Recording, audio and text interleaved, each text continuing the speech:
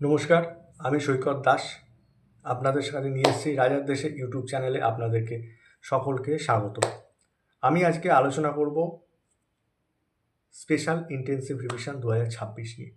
Special intensive revision অনেক দিন ধরে চলছে, আপনারা জানেন। সেই সমস্ত আপডেট আমাদের চ্যানেলে পরপর আমি দিতে থাকছি।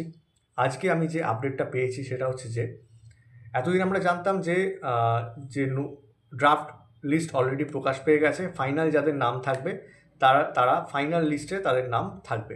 ফাইনাল লিস্ট মানে কি, যারা বৈধ ভোটার। কিন্তু আজকে যে আপডেটটা আমরা ইলেকশন কমিশন অফ ইন্ডিয়ার তরফ থেকে পাচ্ছি সেটা হচ্ছে 28শে ফেব্রুয়ারি সুপ্রিম কোর্টের নির্দেশে যে লিস্টটি প্রকাশ পেতে চলেছে, সেটা তার মধ্যে শুধুমাত্র যে বৈধ ভোটারের নাম থাকবে তা নয়, তার মধ্যে ডাউটফুল ভোটারের নামও কিন্তু থাকছে।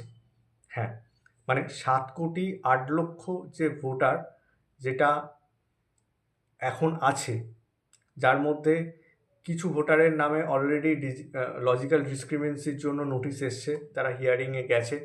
কিছু এখনও যায়নি, কমপ্লিট করে উঠতে পারেনি বিভিন্ন লেভেলে। সেই নিয়ে জুডিশিয়াল অফিসিয়ার নিয়োগ হয়েছে, সেটা আমরা বলেছি। এই জুডিশিয়াল অফিসিয়ার যারা আছেন, যাদের নেতৃত্বে পেপার ভেরিফিকেশান চলছে, তারাও যাদের পেপার ভেরিফিকেশন চলছে তাদের নামও কিন্তু এর মধ্যে থাকবে। অর্থাৎ সকলের নামই থাকছে। শুধু টুইস্ট সেটা হচ্ছে যে এই লিস্টে নামের পাশে পাশে কিন্তু লিখে দেওয়া হচ্ছে। যদি এখনও তারকে নিয়ে ডাউট থেকে থাকে, তাহলে শব্দ আছে, সেই শব্দটি এখানে লিখে দেওয়া হচ্ছে। যদি তার নাম দেখা গেছে যে সে আমাদের দেশের বৈধ ভোটার নয়, তারা রিলেশনশিপ দেখাতে পারেননি, তাই তার নাম ডিলিটেড বলেও লিখে দেওয়া হচ্ছে। আর যাদেরকে কিছু লেখা নেই তারা কিন্তু বৈধ বলে ধরে নিতে হবে। এইভাবেই কিন্তু লিস্টটি 28 তারিখ কদিন পরে প্রকাশ পেতে চলেছে। নিশ্চয়ই সমস্যা তৈরি হতে পারে, ইসিআইয়ের তরফ থেকে নিশ্চয়ই আন্দাজ কিছু একটা আছে। সেই জন্যই প্রথম ভোটের অ্যানাউন্সমেন্টের আগেই